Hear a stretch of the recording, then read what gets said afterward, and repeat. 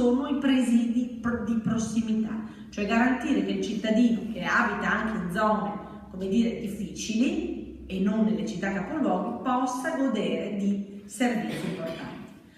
L'altra sfida in queste zone sono le infrastrutture, quindi le strade, i collegamenti, no? Che aiutano evidentemente anche ad attrarre un turismo dolce, che però è fondamentale, visto che siamo vicino anche al Trentino, per cui dobbiamo essere in qualche modo competitivi.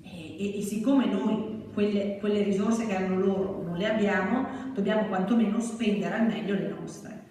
Siccome nei prossimi 5 anni il Veneto riceverà dall'Europa più di 2,5 miliardi di fondi strutturali europei, di cui 764 milioni saranno dedicati proprio al sociale, quindi all'inclusione sociale, cioè lavoro, e io ho già presentato il mio programma sul sostegno all'occupazione, quindi spenderò i 764 milioni per garantire, occupazione ai giovani che vogliono intraprendere la libera professione e a chi ha perso il lavoro a 50 anni.